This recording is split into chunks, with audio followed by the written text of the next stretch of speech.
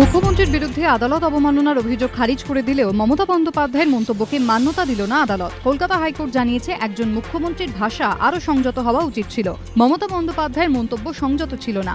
গত 14ই আগস্ট বিধানসভা সেমিনারে বিচার ব্যবস্থা নিয়ে মুখ্যমন্ত্রীর মন্তব্যের পর আদালত অবমাননার অভিযোগ তুলে হাইকোর্টের দ্বারস্থ হন আইনজীবী বিকাশ রঞ্জন ভট্টাচার্য।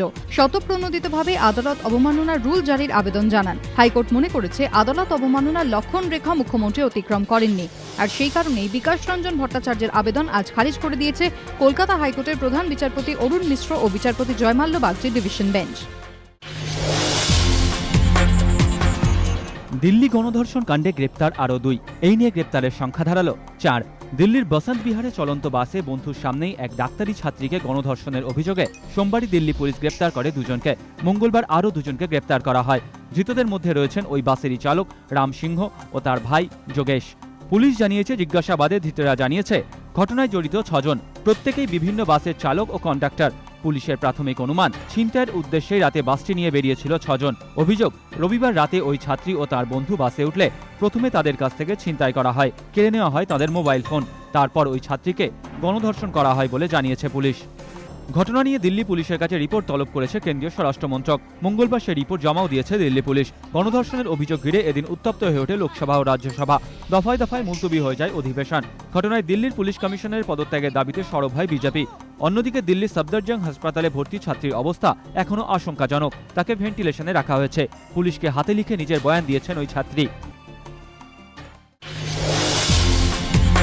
প্রায় 22 ঘণ্টা পর ঘেরাও মুক্তি। শিক্ষামন্ত্রীর হস্তক্ষেপে অবশেষে সন্তোষপুরের ঋষি অরবিন্দ বালিকা বিদ্যাপীঠে ছাত্রীদের ঘেরাও উঠল। যেভাবে সংগঠিত ঘেরাও চালানো হয়েছে তাতে রাজনৈতিক মদতের আশঙ্কা প্রকাশ করেছেন স্কুলের প্রধান শিক্ষিকা। উচ্চ মাধ্যমিকের টেস্টে অকৃতকার্য ছাত্রীদের পাশ করাতে হবে, এই দাবিতে গতকাল দুপুর 3টে থেকে স্কুলের প্রধান শিক্ষিকা ও অন্যান্য শিক্ষিকাদের লাগাতার ঘেরাও করে রাখেন অকৃতকার্য 29 জন ছাত্রী। শেষ পর্যন্ত শিক্ষামন্ত্রীর নির্দেশে আজ সকাল 11টা নাগাদ স্কুলে পৌঁছন উচ্চ মাধ্যমিক শিক্ষা সংসদের সচিব ও পরীক্ষা নিয়ামক। শেষ পর্যন্ত সিদ্ধান্ত হয় যে 105 জন ছাত্রী টেস্টে পরীক্ষা দিয়েছিলেন, তাদের প্রত্যেকের খাতা ও ট্যাবুলেশন শীট নিয়ে যাওয়া হবে সংসদে, সেগুলি খতিয়ে দেখা হবে। আগামীকাল সকালে প্রত্যেক ছাত্রীকে তাদের অভিভাবকদের সঙ্গে নিয়ে হাজির হতে হবে সংসদের দপ্তরে। সেখানে কথা বলা হবে তাদের সঙ্গে, তারপরে নেওয়া হবে সিদ্ধান্ত। স্কুল ছাত্রীদের খাতা সংসদে নিয়ে যাওয়া নিয়েও প্রশ্ন তুলেছেন স্কুলের প্রধান শিক্ষিকা।